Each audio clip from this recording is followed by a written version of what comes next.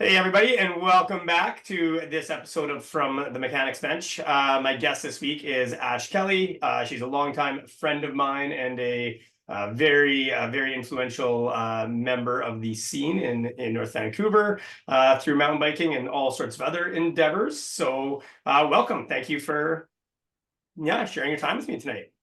Yeah, yay. It's interesting. No, I don't know. I was reflecting on the word influential, and the last thing I want to be in the whole world is an influencer. So I kind of I think I am an elder millennial, and so I don't really connect to the age of influencer. Well, Um the most influential Positivity. people aren't influencers, so it's even better. Well, I hope that if I'm influencing anyone, it's just to be good. Just That's good. what we need. Yeah, that's what we need. But yeah, welcome. Thanks for joining me. And obviously, you now have been riding bikes, wrenching on bikes, owning bike shops, doing all of those things for quite a while. Now, how did you, as I ask everybody, how did you get into riding? What's your story? What brought you to where you are right now? Let's have a little synopsis. Well, it's neat because um I only recently learned and heard from my mom that I basically was on a bike before I could walk. And I like I could remember my first bike that didn't have training wheels, but I didn't remember having training wheels. And my mom was like, "You never had training wheels." That was a misconception that you had training wheels. And so I just we lived on in rural spaces, and for me the bike, like, I guess it was just under me from the get-go, and it was for me just such an easy way to be free and explore, whether it was living in the prairies or living in the East Kootenay region, or exploring, visiting family other places in BC. Bikes were just like, we didn't have a lot of public transit when us elder millennials were kids in small town Yeah, BC. You had to get around, and like, I never really was a mountain biker until after high school. Well, like, yeah, like last year at high school or so. But like, I rode on trails, and I just rode my little hybrid commuters that I had yeah, inherited, gotten. My uncle was like a building manager in Vancouver, so he'd have these derelict or even just like not bad at all kind of bikes that were left behind in the buildings, yeah. and he'd send them up to me when I was living in Edmonton or Wabamun or wherever. So a lot of my bikes just got sent to me by mostly my uncle here in Vancouver. He'd be like, my mom wasn't gonna probably be able to afford to get me new bikes later in life, so they just kept coming, and I needed to learn how to fix them because I lived in the middle of nowhere. Yeah. There wasn't really bike shops to roll up to. There was like one hardware store, um, and tools in the garage. So, and there was no YouTube. And I was awful at it. None of it made sense. And I had all these like stories about how I was terrible at doing it or couldn't do it. And there were a lot of tears and frustration. And yeah, like fixing the Yeah, bikes, right? yeah, Like, as a kid. totally. It was much later in life that I like undid those stories about not being capable of fixing bikes. Yeah, That's been pretty life changing in like a pretty surprising way. But bikes have always been with me. And as soon as I kind of was done high school in Edmonton, I was really lucky, and I went to sort of like an artsy high school. It was like yep, a pretty diverse Victoria School of Visual and Performing Arts, but we got a lot of privilege in the practice of arts. And there were just mountain bikers and outdoorsy people present. It was like, it was sort of it's. I was well seasoned for a life at MEC by going through yeah. artistic art high school, and yeah, so I kind of knew there was a journey for me in mountain biking when I got out of that city, and I came down to Vancouver pretty quickly. I worked at MEC Edmonton for a winter, learned how to ice climb, backcountry ski, that kind of stuff, but pretty immediately was like, so I'd like to transfer to Vancouver. Yep. And that And was because so I cool. worked with you at MEC early on there Edmonton too, in yeah. Edmonton. Yeah. And were you actually only there for one winter before you Yeah, came out to a Vancouver? winter and a spring, and then I was off for the summer. Oh, wow. Okay. A bit In of a my long. memory, it was a longer, there was a much bigger gap between when I left Edmonton and started working at MEC in North Van. Well, I guess Yeah, then because you started at Vancouver before I left North Van, didn't you? yeah, but just barely. I was listening to you and Baker argue this out on the Baker episode. I was like, I knew the right timeline and Baker was right the whole time. You were like a whole year longer. I was like, nope. That's funny. Like, Yeah. yeah, it was all 2007 and 6, not 7 Yeah. and 8. You had. Yeah. Well, there you Yeah, go. you weren't long behind me. So we met in Edmonton. We like Yep. out at staff parties and stuff, and then you weren't far behind. And I was Yep. still such a green mountain biker at that point too, like as far as like actually being on the shore and having any skill. And I was just constantly breaking bones and constantly breaking bikes. And Yep. it was so painful. Yeah. Crash Kelly Yeah. was a thing.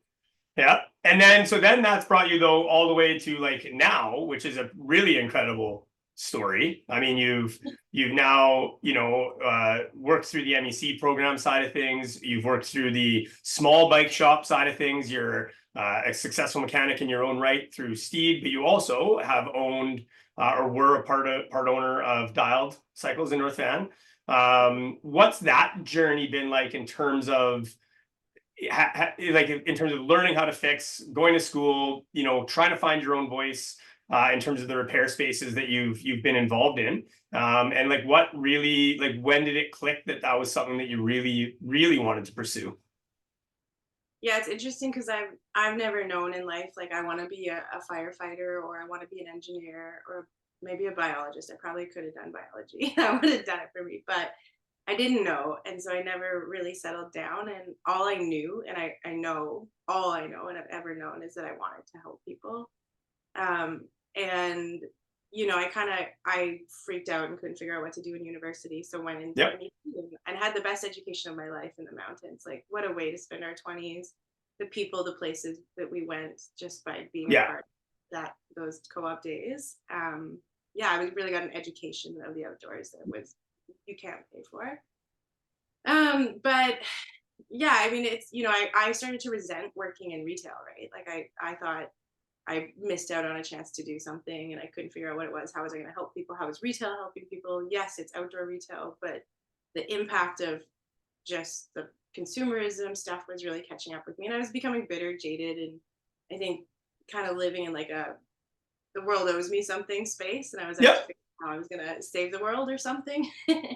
And so I moved into journalism. And because for me, it felt like that was how I was going to help people. It felt like there was like Yep. some calling in that. So it is really interesting to me because it to come full circle back to retail, Yeah. but to be there in such a like gracious. I'm so grateful for what I do. Like I see the value in it. I get to impact people every single day with every single choice I make and like Yep.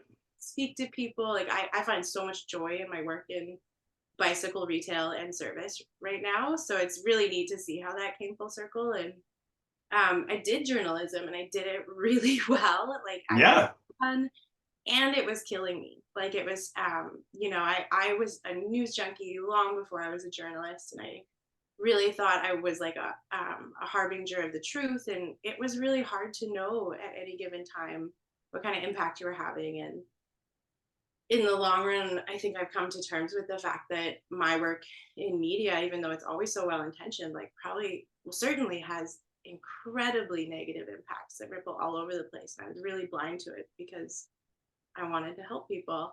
Yep. And I kind of, I realized during the pandemic that I wasn't actually sure if I was always telling the truth and Totally. if I was helping people more important Yep. or if I was harming people. And I think I started to see more instances where my well-intentioned work was harming people. And so I kind of panicked and I do what I'm realizing now in my life I do all the time. I was like, I ran away. I was like, I'm Yeah. done. Journalism's Yeah. out. I quit. Yeah. I don't want to hurt people. And the opportunity was just there to step into dialed bike service, and Yeah. I can do social media and I can do website work and I can do customer service, and I love bikes and I can fix a few bikes here and there on the side because Yep. which is what I never saw myself as a mechanic. I always saw myself as like an assistant manager, part owner. Yep. And I realized pretty quickly within the first year of having switched from journalism to this and being in accounting and in the numbers, like the only way Dialed was ever going to profit was if we had more mechanics. And you work with what you have when you're entrepreneuring, right? Yep. And we were still in the pandemic, we're not paying ourselves. I've quit my career, don't have benefits. Like it was like you work with what you got, and I had hands Yep. and like a bit of a great willingness to learn, and took a shot on just heading out to the bike room with Jeff Bryson and seeing what 2 weeks of like immersive, curriculum laid out style learning in groups was going to do for me. Like Yep. what could some formalization of my education do, and came back and just got the best, back end of that education after 2 weeks in Caso. Was immediately back in, my own bike shop, but now I Yeah. could bikes. And that, like, for me, that was so empowering to just, like, holy crap, like the opportunity to help people. Now I get to decide who I reach with, like, you can use, when you are a business owner, you realize you have so much power all of a sudden. You have a voice, like people look at you, think of you differently, take you seriously in Yep. different circles. And the opportunity to just use the business to do good was, I was like, okay, fine, I could do this. I could Totally. totally, fine, I could do this. Um, and that went really well. And it was also really hard for a lot of reasons. I'm not a business owner. That's the biggest lesson I've had. Yeah. And I was learning it the hard way. I was learning it the hard way, and it was eating me alive. And I was not probably doing well physically, emotionally, spiritually. I was really suffering as a business owner. I loved fixing bikes, but at some point in the learning process of that, I also happened to break my neck on a drop on Seymour. Yeah. That was not a pretty crash, that one. It was really, really quite a crash. It was like Yeah. I I was pretty numb to it. I actually laughed at how anticlimactic. We can get back to the crash later, but it's quite a crash. Baker played it in slow motion on his big screen for me, and I could see my like flesh rippling when I hit the ground. Yep. Oh, it's one of Yep. those. But it was life changing, right? Like, and I was Yeah. like, so I went from being a bike shop owner, um, on the mountain in the moment I broke my neck. Shortly after I got it myself into a C-spine with my crew, I said to Adam, who was on the ride with me, I was like, I'm never coming back. Like, this is your opportunity to find a new partner, Yeah. backfill. I'm out. Like, why would I got to take such a big step back now to heal right. I can't have all the drama of being an entrepreneur hanging over me, because I had Yep. turned into a drama at that point, and there was It totally. is. I mean, it is a drama. It's always up. It's always down. It's some of the best moments and the worst moments all wrapped up in the same day, day after day. Again and again. Yeah, which very, very well. So, because this would have been what, 2020? No, 2021. The neck breaking was just last June. It's only been a That, year. and when did you guys open dialed though? Mm-hmm. Yeah, 20. We had our like first business license in place at the end of 2020, so we were Yeah, open in 2021. yeah, and you guys are doing kind of the service only model, right? Yeah. And that, yeah, I mean, I remember obviously working with you and Adam, even starting that up, and it was really cool to see that starting. It was really cool for me leaving and coming here, to then have a place in North Van that I felt comfortable to like send people to again, that I knew kind of cared about like the fixing, in the same way that I did at Bicycle Hub. That was really nice to like, know that there was going to be people that were going to pay attention to the details and communicate well, and all those other pieces that I think a lot of people had been lacking for a while. Yeah, so that was really nice to be able to know that I could send people to a trusted place. Was definitely helped make my move guilt easier, which was really nice. So yeah, thank you for that. Yeah, there is something about being a reliable service shop where your customers start to take a bit of possession of you. Like they become a bit possessive of you, and they're like, "No, you Totally. go. I need you." Totally. Yeah. And then yeah, you can internalize that. And it actually, I remember really wanting to help you pick that up and take that off your shoulders a bit, because Yeah. it's like I don't want you to think we don't need you, miss you, and love you very much down here, and don't fucking worry about anyone else. Everyone's gonna Yeah. be I mean, I'm learning that slowly but surely, right? That you can't worry about everyone. You gotta do what's right for you, and do those things. But it was really cool to watch you from a very green new mountain biker, because I don't even think you really rode other than what you've talked about when I first met you at MEC in Edmonton. And I was like early in my riding career at that point. Like I had only been riding for a year or two, I think, I at didn't that know that. point. I thought you were at that time. I thought you were like a seasoned pro, Yeah. like just riding.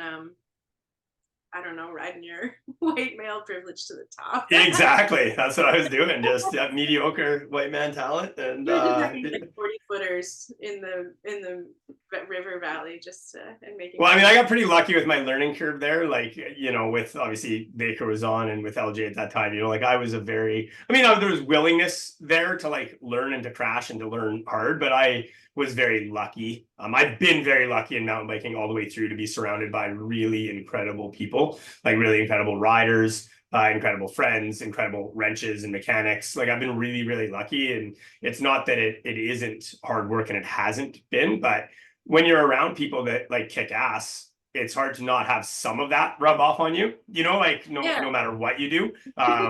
It's just, no matter how hard I tried to be useless, you eventually, pick something up. And I know what it was like for me, the freedom in terms of what riding gave me. And then I was able to watch you go. And I remember, doing the old group rides with NEC with you and Lisa, and, first some of the kind of wood stunts on the shore and doing that stuff. And then watching you really move into that mechanic role, and grow, to the point that was so great when you came last year to district here. And it was awesome to have you roll in like, hey, how can I help out for, yeah, 3 days or whatever it was? And it's like, here's some repairs, Ash. Like, yeah. let's do them. And it was rad. It was fantastic. Like the Um, accounting stuff's so big for me. Like, I mean, it's I wouldn't have opened a bike shop if I didn't know you. It's all your fault. And that's like outside of just convincing me to do it. Like I watched you too, yep, and really neat. Like when I think of like what kind of our vibration is in this industry together, there's something where I have like I trust you so much, and I would follow you to the ends of the earth as a mechanic and as a bike shop owner. And I well, feel like thank you. like from you, and so I feel like of course you've watched me grow. I'm like, look at me growing, Dave. Look at me. Yeah. Well, it's seen, and it's great to see you getting the credit that you deserve for it now. The recognition, whether it's at Steed, the words that I get to hear from people, in terms of feedback from you, or feedback about you that I still hear through, through the grapevine and through friends and stuff is fantastic. It's awesome to see you valued in the position that you're in, there now. And even tonight, like, aren't you on the tail end of a freaking marathon? I just maybe I need to learn how to say no. Maybe that's part of it. But Yeah. I've been working a lot at the North Shore Bike Park and doing like Yep. mechanicking at Ride Lab, and like I do all these little. I love how being a mechanic can just like everything I've ever done in life, like whether I've been a cook, I always find these side jobs, right? I've been a Yep. baker coacher and all sorts of things. I love just doing different things. I'm trying to do suspension setup right now, like Arthur used to do. There's no one really that I know of. I could be misspeaking. Yep. Like I just want to get people just basic setups. Like everyone is just ruining themselves for no reason. They're just Totally. ruining their suspension. But all these little like side gigs. And I forgot where we were going with this. Well, just if I think you're on the Oh yeah, tail end of North just Shore doing Bike a, Park. Yeah, yeah. last night was a side gig with North Shore Bike Park, and with Steed. So I worked with Steed from 2 to 10 p.m. teaching bike maintenance to 150 girl guides in groups of Yeah. each, 3 groups, and they went around 3 stations. So like one of the stations they did was mountain biking, or sorry, was biking. I'm tired. I was up all night with 150. Was riding bikes at the bike park. Another one was first aid, and mine was maintenance. And then at 10 p.m., I for the North Shore Bike Park was basically on like fire and crime watch overnight. So because someone has to be awake when you have 150 people sleeping in a locked cave, like locked in a Yep. mall. Yep. Totally. I stayed up till 5 a.m. and then took a shift sleeping till 7 a.m. and then went to work at Steed today. And yeah, Long day. and it's just Yeah. I love it though. Like when you're out doing EWS, you're not sleeping. When you're at BC, Totally. sleeping.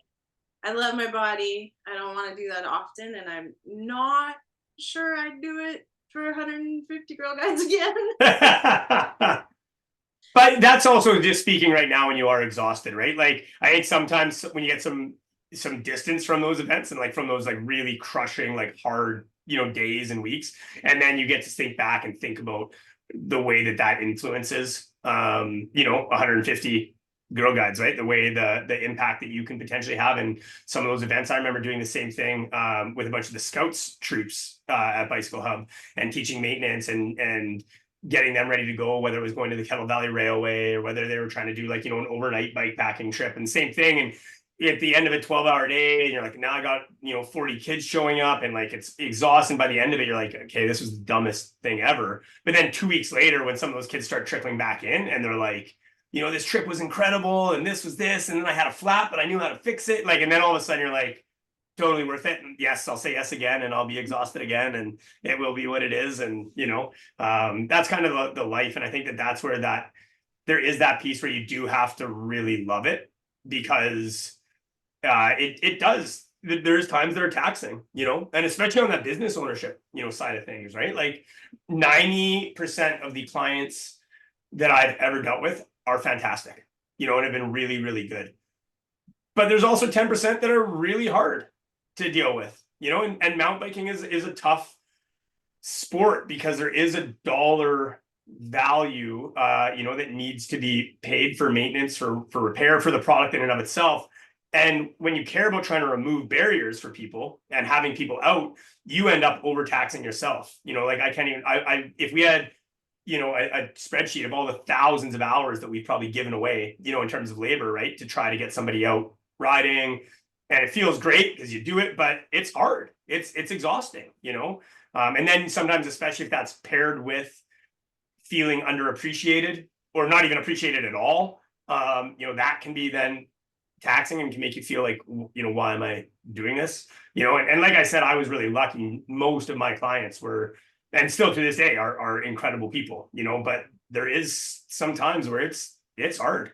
Like, and it's hard to not be like almost angry when you're just so tired and you feel like you're giving so much of yourself to try to grow this thing, and people just expect more, constantly, right? And that's tough. And it's a side of things that people don't talk about a whole lot. Yeah, and it's to kind of like loop back to end the career loop, like landing at Steed in that moment where Yep. I got to say, like, I think I'm done trying to own a business and dealing with a lot of that and a lot of other drama that it comes with.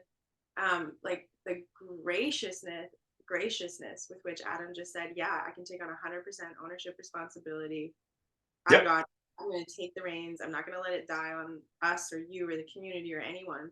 And like, I think I got 4 months to step back and decide what I was going to do for work. And, landed at Steed in part because like I actually perform better as a human being when I have the accountability to not tell you what I actually think about you. Yep. I'm Yep. not allowed to say what I want to say. And when I Totally. was a business owner, I really was in a position where I was way more likely to directly harm myself by saying some things to people or even just like Yep. being reactionary, letting my emotions show, letting my anger sometimes of the way I've been treated show. Like those things have real consequences as a business owner. And you're more likely to do it because there's no one to stop you. Yeah, but it's interesting. That's an interesting place because I do agree with you, and I've definitely said some incendiary things, to various people, or but at the same time, it's also never okay for people to treat bike shop employees and owners like garbage, and that has been a theme. Like there is a lot of entitlement in mountain biking, and there is a lot of people that deserve or believe that their problems deserve all of the priority instantly. There's a lot of people that believe that not only is their problem the priority, but it should also be free somehow. And there is a time and a place where it's like sometimes that does need to be defended, and you have to stand up for yourself, and you have to, be able. And there's a way to do that, which I think is helpful, and try to approach it from a place of education, because you try to think that a lot of those people maybe are just uninformed, or they don't know totally what's going on, or they don't know the complexities of what's going on in your day, but like no idea what's going on for people too, right? totally. Yeah. So every single time, like I don't know anything. Yeah. Yeah, totally. No one knew today that I was completely sleep deprived when I was service riding for 6 hours. But Yeah. And yeah, is no, that so? Is that what you're doing now at Steed mostly? Is running like the service writing and on the tools kind of at the front counter there? it's my favorite thing to do, but the Yeah. current structure and strategy is to have all the mechanics, as many as we can, at least who can service right, stepping up in their weekly, like sort of serve. Like I'll do it 2 or 3 times a week. Everyone can Okay. a couple times a week. Like if I had my way, I would do it every single day. It would be my full time job. It's my Yep. most. I enjoy that dance with the customer, like when I'm Totally. triggered and I'm like, oh, they're such a cunt, and I'm like, no, actually, that probably means I'm being a cunt. So Yeah. Yeah. I get to figure this out, and like that's my favorite part of what I do is just like that constant human interaction and growth and challenging myself to be nicer. Yeah. And I get to do that with bikes while I'm like spinning wrenches and like putting on a little show for them and teaching them about tubeless and like a demystifying. Totally.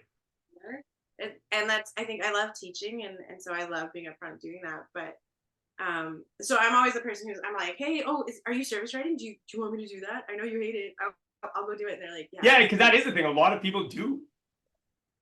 Yeah, like a lot of people do hate it, which is crazy to me.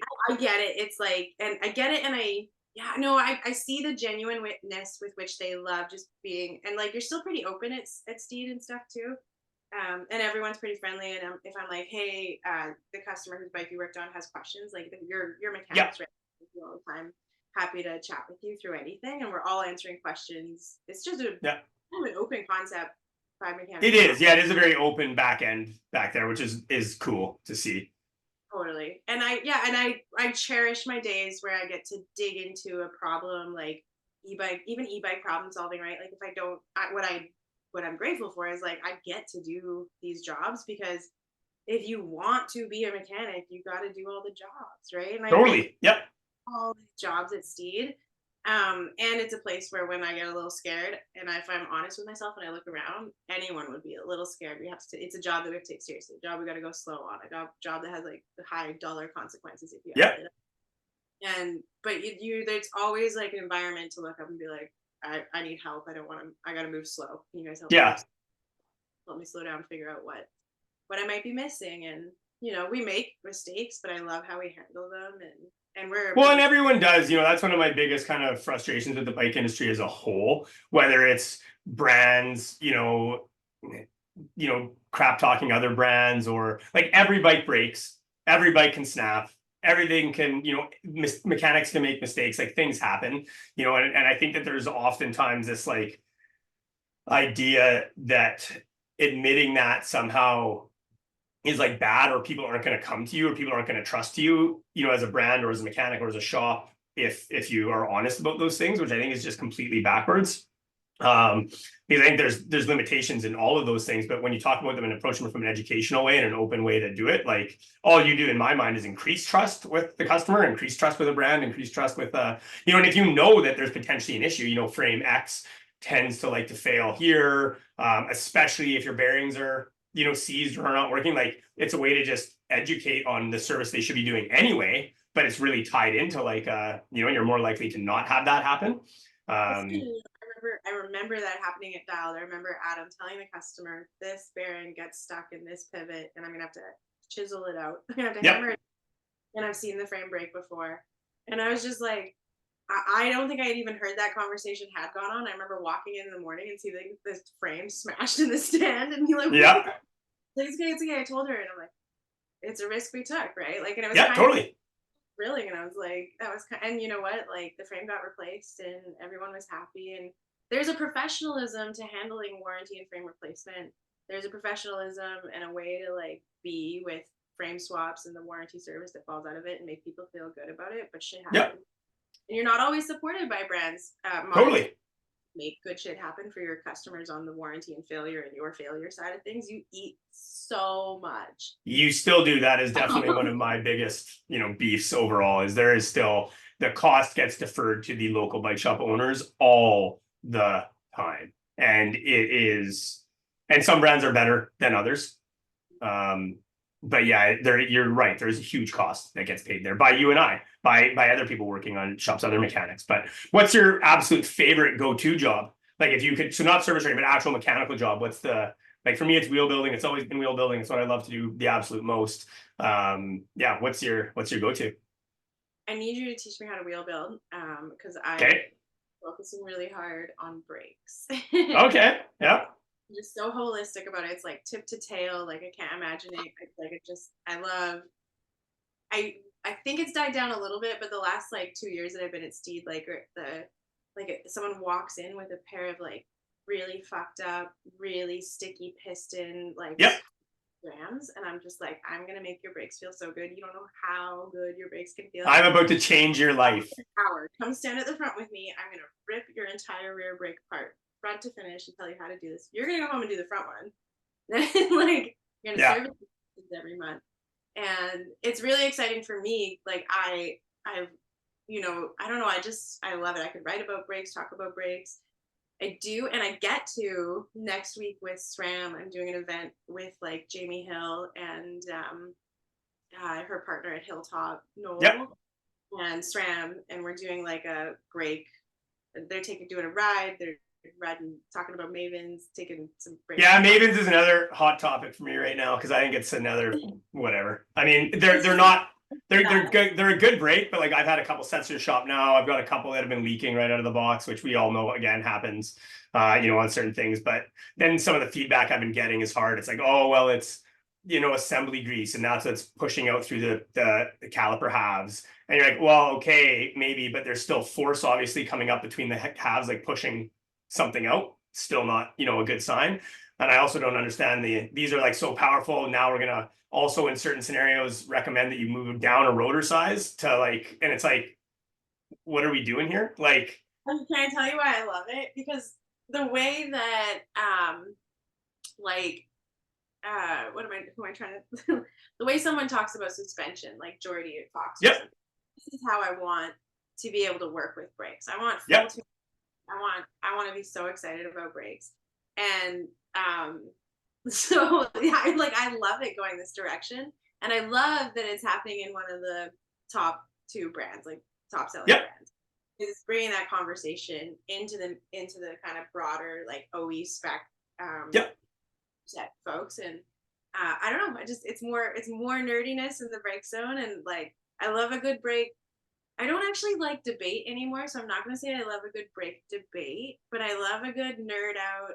I'm not nerdy about anything. I don't like numbers. I don't like math, but I will look at charts for heat dissipation and conversations around harnessing this heat for power. Yep. Like I'm so keen on it. I'm so excited. So I'm super stoked because I somehow have gotten a reputation for people with brakes. Like I get people Yep. come in stop and they're like, I'm here for Ash to work on my brakes. And if I see problematic brakes, I put like attention Ash. I want to fuck with that. Like, Yeah, totally. Which is sweet. Yeah, and to get to teach with SRAM next week, like at Steed after hours for like a special event, it's just like I just get to teach brakes A to B, like everything I think you need to know about brakes. I think I've Yep. got to do it, and like bleeding is this portion of it, right? Totally. And that's the thing. Everyone thinks that bleeding is the brakes, so I'm excited. It's and it brakes. isn't. The question. There you go. Yeah, long answer. We only got about 5 minutes left, so now you get to give me your hot take. Oh my What god. what's your controversial opinion? I figured it out. So I'm so leading away from controversy. No, that's not true. I like controversy, but I like to be choiceful about it. Well, I mean, we can save it for another time too. Well, We don't need to get into your hot take, but it was one of two. One of them that I had, I think I had another one, but one that I had was, I think, I don't remember. Give me a minute here, Dave. This is awkward because it's on video podcast. If it was audio, we could just edit it. we can just edit it out later. Yeah. I said something the other day. I walked past there was a discussion in the shop as to whether or not we should be putting tampons in the washrooms. And Yep. I just kind of needed to desensitize everyone to all the conversation around lady parts. So I just said, cunt, vagina, vagina. What the fuck? That's funny. The hot take is head to Four Bikes and buy one of those beautiful pieces of mugs that I can't remember the potter's name. Can I look it up on Instagram? Like, do I even know how to do that? Sure.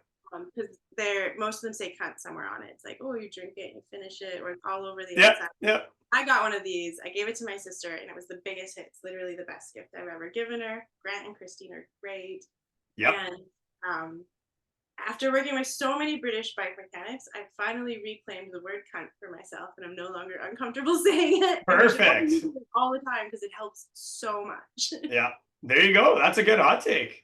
Have you noticed, have you, we didn't talk about it at all. Have you struggled? Do you feel like being a female in this industry has that, you know, like generally you've just kind of picked up and gone on. You've just always worked hard. You've always put in the hours. You've always done it all. But like, have you felt, you know, that my experience is that there have been barriers for you for sure that I never faced. You know, have you really felt those? I think what's interesting about this is it's a hard question for me because I acknowledge that it has been really difficult for a lot of people and a lot Yeah. of us. And for me, I think I'm my biggest critic. I've held myself back more than anyone else ever could have. Yeah. Fair enough. And when I was, soaring, it's because I believed I was soaring, and I never let anyone else's sort of take stop me. And if I don't know, and I do have privilege there too, but mostly I think it hasn't actually been. And what's been really neat about it is when I get this perception or I'm in this victim space where I notice especially a man's energy coming at me, like they don't trust me or they want to talk to someone behind me who's taller and more masculine, and or they're questioning my integrity or my skills. I used to want to win that. I used to want Yep. to win that. And I used to want to save them from themselves too. If they're bad mechanics or not taking my advice, I used to really want to win that and have them walk away and understand what dry lube is. And I realized pretty quickly that like I'm very good with my words and I can manipulate and type and I can Yep. bring you quickly. And I could emasculate men at the counter, right? Like Yep. they want to question my integrity and be rude to me and make Yep. me uncomfortable in my, and because I'm a woman was, the story that I had already made up in my head. And sometimes it's happening and sometimes it's not. And I'm already reacting to it. My tendency would be to like win through Yep. emasculation. I'm smarter than you. I know more about bikes. Oh, you think you've been riding so long? Let me show Yep. you how. And I think the coolest thing is like I now have such integrity with that I get to stand there, and if I'm not here to win you over. I'm not Totally. here, like that story pops up in my head. I remember what that felt like and I go like I choose not to partake in that story Yeah. for me anymore. And honestly, the number of interactions that I'm having that I would say are negative because I'm a woman, or I don't think I'm having as many. Good. And so I wonder how many of them I brought on myself. And I'm not saying that that's what's happening when women are encountering genuine Totally. in every direction, because I see it and I feel it and I laugh at the memes and I connect with women who are experiencing it every day, and I Yep. have it. And in my current space, what I'm reflecting on my current journey is how much I'm actually in control of it even being Totally. on. Well, that's awesome, Ash. I don't want to cut you off, but I want to be able to sign off and say goodbye before we lose it because we've only got about 12 seconds left here. Outside the room, so apparently. But I'm very excited to probably do an episode 2 with you at some point when you're a little bit more awake. I'd love to rip into a break with you. That'd be a fun one to do. And just thank you for being on. And fix more bikes. That's my dream. Just rolling